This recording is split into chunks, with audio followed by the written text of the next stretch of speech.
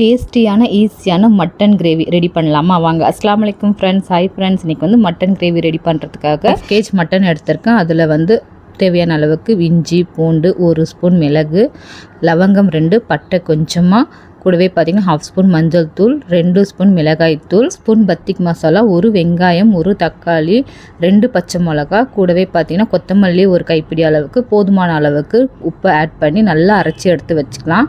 இப்போ ஒரு குக்கரில் ஆயில் ஊற்றிக்கிட்டு ஆயில் நல்லா ஹீட் ஆனதுக்கப்புறம் 2 காஞ்ச மிளகா, ஸ்பூன் சோம்பு, 1 கொத்து கருவேப்பிலை ஆட் பண்ணி நம்ம அரைச்சி வச்சுருக்க மசாலாவை இதில் ஆட் பண்ண வேண்டியதாக சூப்பராக கமன் வாசனை வரும். வாஷ் பண்ணி வச்சுருக்க மட்டனையுமே ஆட் பண்ணி நல்லா கலந்து விட்டுக்கிட்டே இருங்க. தேவையான அளவுக்கு தண்ணியை ஊற்றி குக்கர் ஒரு 4-5 விசில் விட்டு இறக்க வேண்டியதான். சூப்பரான மட்டன் கிரேவி ரெடி ஆகிடுச்சு. கடைசியாவது கருவேப்பிலை இலையை தூவி இறக்க வேண்டியதுதான். இந்த மட்டன் கிரேவி உங்களுக்கு பிடிச்சிருந்தா லைக் பண்ணுங்க. என்னுடைய வீடியோஸை பார்க்கறதுக்கு இந்த சேனலை சப்ஸ்கிரைப் பண்ணிக்கோங்க. இதே போல் நெக்ஸ்ட் வீடியோவில் பார்க்கலாம். பாய்.